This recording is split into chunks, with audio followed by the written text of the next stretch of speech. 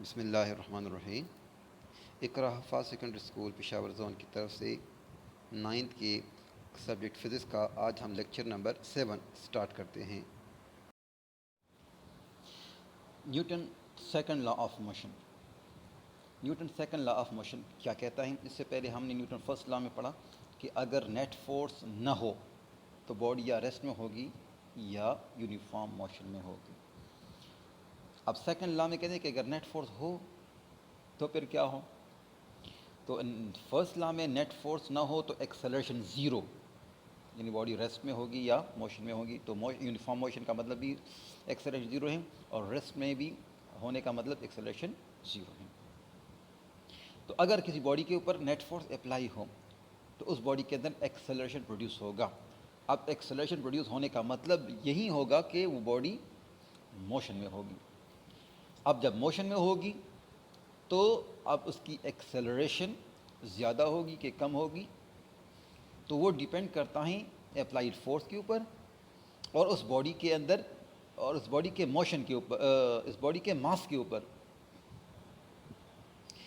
تو اسٹیٹمنٹ اس کی یہ ہے کہ this net force F on a body is equal to the product of body's mass and its acceleration,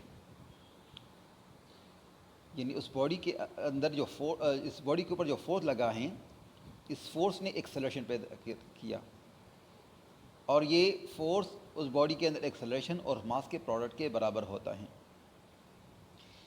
دوسری definition یہ ہے کہ a net force یعنی unbalanced force applied on an object produce acceleration A in the body. This acceleration is directly proportional to the magnitude of the net force and inversely proportional to the mass of the object. اگر اس کو mathematically ہم لکھیں گے تو A directly proportional to F, this is relation number 1, and A is inversely proportional to the mass of the object, this is relation number 2. مطلب یہ ہے کہ جتنا فورس زیادہ اپلائی ہوگا کسی باڈی کے اوپر، اگر ماس کانسٹنٹ ہو تب تو اتنی ہی زیادہ ایکسلریشن پروڈیوس ہوگا، اور اگر فورس کم اپلائی ہو تو اس باڈی کے اندر ایکسلریشن بھی کم پیدا ہوگی، بشرط یہ کہ ماس کانسٹنٹ ہو۔ دوسرے ریلیشن میں کہتے ہیں کہ acceleration is inversely proportional to mass, لیکن اس وقت جب فورس کانسٹنٹ ہو، تو ایک کانسٹنٹ فورس کی وجہ سے اگر باڈی کا ماس زیادہ ہوگا ایکسلریشن کم پیدا ہوگی، ماس کم ہوگا ایکسلریشن زیادہ پروڈیوس ہوگی، اس کو کہتے ہیں انورسلی پروپورشنل۔ تو فرسٹ ریلیشن کے اندر فورس ماس کانسٹنٹ ہے اور دوسرے ریلیشن کے اندر فورس کانسٹنٹ ہے۔ اب ان دونوں ریلیشنز کو اگر ہم کمبائن کریں گے تو the acceleration is the same direction a the net force act. Combining relation number 1 and 2, A is inversely directly proportional to F divided by M, or A is equal to K F divided by M.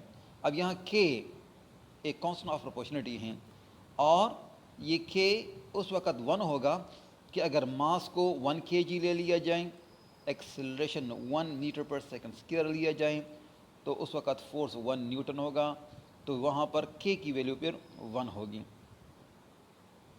تو F is equal to کے M اے میں K 1 آ جاتا ہے۔ تو اگر 1 ہم پوٹ کریں گے تو 1 کیونکہ ملٹیپلیکیٹو آئیڈینٹی ہے، لہذا کسی کے ساتھ ملٹیپلائی ہو یا کوئی اس سے ملٹیپلائی ہو تو اس سے کوئی فرق نہیں پڑتا، لہذا A is equal to F divide by M۔ اب دونوں طرف M ملٹیپلائی کرنے سے بن جائے گا F is equal to MA۔ This is the equation number 3.1۔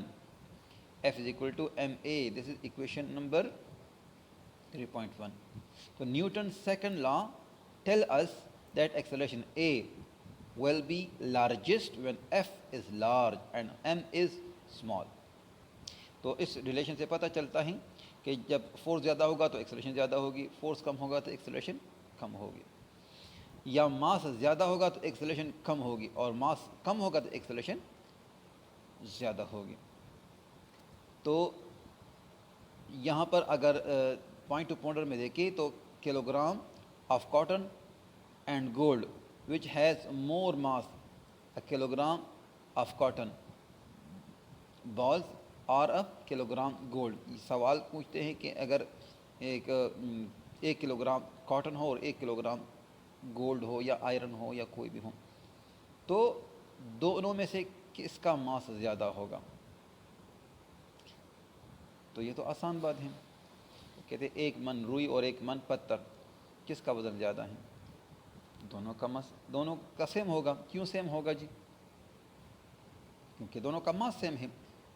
ہاں، کاٹن جو ہے، روئی آپ کو بظاہر بہت زیادہ نظر آ رہی ہیں اور پتھر آپ کو بظاہر چھوٹا نظر آ رہا ہے، لیکن یہاں پر چھوٹے اور بڑے کی بات نہیں ہے، لیکن اگر یعنی اس کا مطلب یہ ہے کہ اگر 1 من پتھر کو ترازو کے ایک پلڑے میں رکھ دیا جائے اور 1 من روئی ترازو کے دوسرے پلڑے میں رکھ دیا جائے تو دونوں کا ماس برابر ہوگا۔ ہاں، والیوم کاٹن کا بہرحال زیادہ ہوتا ہے اور پتھر کا والیوم کم ہوتا ہے۔ پوائنٹ ٹو پونڈر دوسرے میں کہتے ہیں، ان Pakistan the bus does not hail completely for male passenger on a bus stop. They momentarily reduce speed and we are told to step down the bus in the direction which the bus moving. Why؟ سوال یہ ہے کہ جب کوئی بس جو ہے bus stop پر رکتا ہے تو اس وقت ہم جب تک بس مکمل طور پر رک نہ جائیں ہم اسٹیپ ڈاؤن نہیں ہوتے، بلکہ جب بس مکمل اسٹاپ ہو جائے تو اس وقت ہم اسٹیپ ڈاؤن ہوتے ہیں۔ تو اس کی وجہ وہ انرشیا ہیں، انرشیا کی وجہ سے ہم جو ہیں وہ رکی ہوئی بس سے، اگر ہم چلتی ہوئی بس سے چھلانگ لگائیں گے تو اس سے گرنے کا خطرہ ہوتا ہے۔ اچھا جی، تو سیکنڈ لا آف موشن آپ نے سمجھ لیا کہ جب کسی باڈی کے اوپر فورس اپلائی کی جاتی ہے تو اس میں ایکسلریشن پروڈیوس ہوتا ہے، اور یہ ایکسلریشن اس فورس کے ساتھ ڈائریکٹلی پروپورشن اور ماس کے ساتھ انورسلی پروپورشن ہوتا ہے۔ یہاں پر ایک ایگزامپل ہیں، اس ایگزامپل کو سمجھے تو کہتے ہیں کہ اگر ایک کرکٹ بال ہے، ٹھیک ہے، اور ایک میٹل بال ہے، ایک کرکٹ بال ہے جس کا ماس 0.16 kg ہے اور ایک میٹل بال ہے جس کا ماس 4 kg ہے، دونوں کے اوپر جو ہیں دونوں کے اندر سیم ایکسلریشن پروڈیوس ہو رہا ہے 6 میٹر پر سیکنڈ اسکوائر۔ سوال یہ ہے کہ کس کے اوپر زیادہ فورس لگے گا؟ تو what force is required to produce an acceleration of 6 meter per second square in a cricket ball of mass 0.16 kg and metal ball for a women shot put game with mass of 4 kg؟ تو given میں آپ کے پاس cricket ball جو ہیں، cricket ball ہیں اس کا ماس 0.16 ہے اور میٹل بال کا 4 kg ہے، تو جس کا ماس زیادہ ہوگا اس کے اوپر فورس زیادہ اپلائی ہوگا، اور جس کا ماس کم ہوگا اس کے اوپر کم فورس اپلائی ہوگا، اگر ایکسلریشن دونوں کے اندر سیم پروڈیوس ہو رہی ہو۔ تو فارمولا آپ کے پاس F=ma ہے، تو نیوٹن سیکنڈ لا کے مطابق F=ma، تو FC=mca، تو C کا مطلب کرکٹ بال اور M کا مطلب ہوگا میٹل بال یا سالڈ بال۔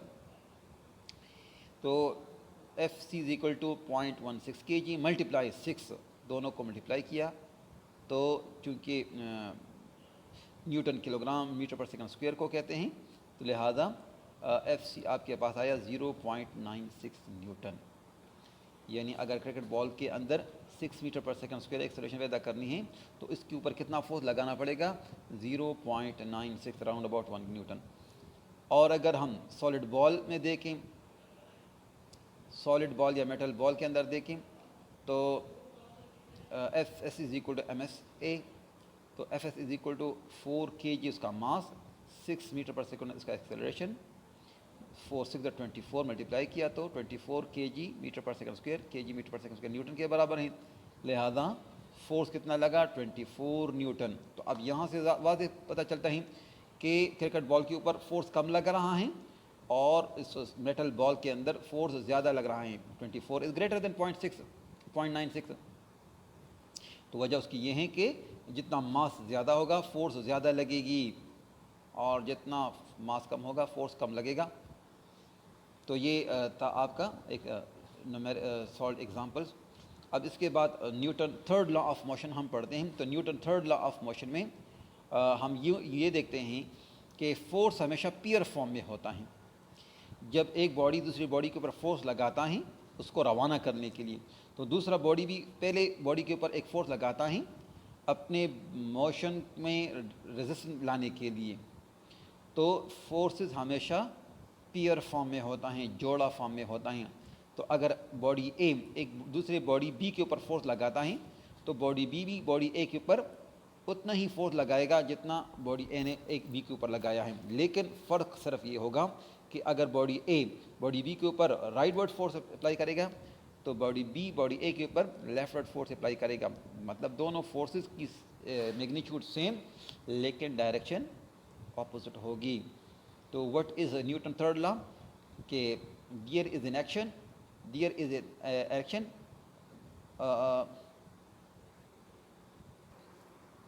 تو نیوٹن تھرڈ لا اس طرح اسٹیٹ ہوگا کہ to every action there is always an equal and opposite reaction. To every action there is always an equal and opposite reaction, کہ ہر ایکشن فورس کا ایک ایکول اور اپوزٹ ریئیکشن فورس بھی ہوتا ہے. تو ایکشن فورس اور ریئیکشن فورس یہ میگنیچیوڈ میں ایکول اور ڈائریکشن میں ایک دوسرے کے اپوزٹ ہوتا ہیں. تو یہ نیوٹن تھرڈ لا ہے کہ اگر ایک باڈی اے کسی دوسری باڈی بی کے اوپر ایک فورس اپلائی کرتا ہے تو باڈی بی بھی باڈی اے کے اوپر اتنا ہی فورس اپلائی کرتا ہے لیکن اس کے اپوزٹ ڈائریکشن میں. تو یہاں پر آپ اس فگر میں دیکھیں کہ اگر یہ جو ہے فٹ جو پلیئر کا فٹ ہے اس کا وہ باڈی اے ہیں اور بال باڈی بی ہیں, تو جب باڈی اے یعنی فٹ اس باڈی بی یعنی بال کے اوپر فورس اپلائی کرتا ہے تو باڈی بی بھی اس پلیئر کے فٹ کے اوپر ایک اپوزٹ ریئیکشن فورس اپلائی کرتا ہے جس کی وجہ سے یہ فٹ آگے جانے سے رک جاتا ہے. تو بال کے اوپر فورس لگا اے کی طرف سے تو وہ تو روانہ ہوا, لیکن بال نے اس فٹ کے اوپر ایک فورس اپلائی کیا اپوزٹ ڈائریکشن میں جس کی وجہ سے فٹ آگے جانے سے رک گیا. تو دس از ریئیکشن فورس. تو F A B is the force of body A on body B while FBA is the force of body B on body A which is equal in opposite direction. So the force A on B is equal in magnitude but in opposite direction of the B on A. تو Isaac Newton نے یہ بات describe کی کہ action اور reaction forces جو ہیں ہمیشہ پیئر فارم میں ہوتے ہیں, تو ہر ایکشن کا ایک ایکول اور اپوزٹ ریئیکشن ہوتا ہے. تو ایکشن اور ریئیکشن جو ہاں اگر ہم انالائز کریں تو یہ ایک دوسرے کو نیوٹرلائز کرتے ہیں, اور ایکشن اور ریئیکشن کبھی بھی ایک باڈی کے اوپر اپلائی نہیں ہوتی. تو when we push against the edge of a table, so our hands shape its changes. تو دیکھیں اگر ہم خود بھی جو ہیں وہ ریئیکشن فورس جو ہے وہ فیل کرتے ہیں کہ جب ہم کسی بھاری چیز کو پش کرتے ہیں یا پل کرتے ہیں تو ہماری پشنگ فورس کی وجہ سے تو وہ ڈریگ ہو جاتا ہے, لیکن ہمیں جو تھکن محسوس ہوتی ہیں اس کا مطلب ہے کہ یہ باڈی بھی ہمیں جو ہے ہمارے اپوزٹ ڈائریکشن میں فورس اپلائی کرتی ہیں جس کی وجہ سے ہمیں ایک خاص قسم کی تھکان اور ایک جو ہے وہ نان کمفرٹیبل محسوس ہوتا ہے. تو یہ اس باڈی کا ریئیکشن ہوتا ہے. اسی طرح جو جہاز اڑتے ہیں تو اس کے اندر بھی ایکشن اور ریئیکشن کا جو ہے پروسیس ہوتا رہتا ہے. جو جیٹ پلین ہوتے ہیں تو وہ مختلف طرح کی گیسز جو ہیں ہائی سپیڈ کے ساتھ جو ہے وہ باہر ایکسیل کرتے ہیں جس کی وجہ سے جہاز آگے کی طرف موشن کرتے ہیں. تو یہ جہازوں کا گیسوں کا باہر کی طرف نکالنا یہ ایکشن فورس, جبکہ ہوا کا اس جہاز کو آگے کی طرف دھکیلنا یہ ریئیکشن فورس. اسی طرح جو ہیلی کاپٹرز ہوتے ہیں تو وہ اپنے پروپیلر کے ذریعے سے ہوا کو نیچے کی طرف جو ہے وہ پش کرتے ہیں جو کہ ایکشن فورس ہیں, اور اس کی وجہ سے ہوا بھی اس کو اوپر کی طرف پش کرتی ہیں جو کہ ریئیکشن فورس ہیں. اس ایکٹیویٹی میں آپ کو نظر آ رہا ہے کہ ایک بیلون ہے جو ایئر فل ہیں, تو اس کو جو ہے پہلے جو ہے پھلایا گیا ہے, پھر اس کے جو ہے اس میں ایک اسٹرا کو ایک تار کے ذریعے سے باندھا گیا ہے. تو جب اور اس سے ہوا نکالتے ہیں تو یہ غبارہ جو ہے آگے کی طرف موو کرتا ہے. تو غبارے کا ہوا کو باہر کی طرف دھکیلنا یہ ایکشن فورس, اور ہوا کا اس غبارے کو آگے کی طرف دھکیلنا یہ ریئیکشن فورس ہوتا ہے. تو یہ ایکشن اور ریئیکشن فورس ہیں. تو اس ٹاپک کے اندر ہم نے یہ پڑھا کہ جو ایکشن فورس ہیں, پہلے ہم نے نیوٹن سیکنڈ لا پڑھا, اور جو ہے نیوٹن سیکنڈ لا میں ہم نے یہ پڑھا کہ جب کسی باڈی کے اوپر فورس اپلائی ہوتا ہے تو اس کے اندر ایکسلریشن پروڈیوس ہوتی ہیں, اور یہ ایکسلریشن ماس کے ساتھ انورسلی پروپورشن اور اپلائڈ فورس کے ساتھ ڈائریکٹلی پروپورشن ہوتا ہے. پھر دوسرا جو ہے نمبر پر ہم نے جو ہے پڑھا ایکشن یعنی نیوٹن تھرڈ لا, جو ایکشن اور ریئیکشن فورس کو ڈسکرائب کرتا ہے کہ ہر ایکشن فورس کا ایک ریئیکشن فورس ہوتا ہے. یہ ایکشن اور ریئیکشن فورس آپس میں equal in magnitude but opposite in direction ہوتا ہے. تو یہ تھا آج کا ہمارا ٹاپک. امید ہے آپ کو آج کا لیکچر سمجھ آ چکا ہوگا.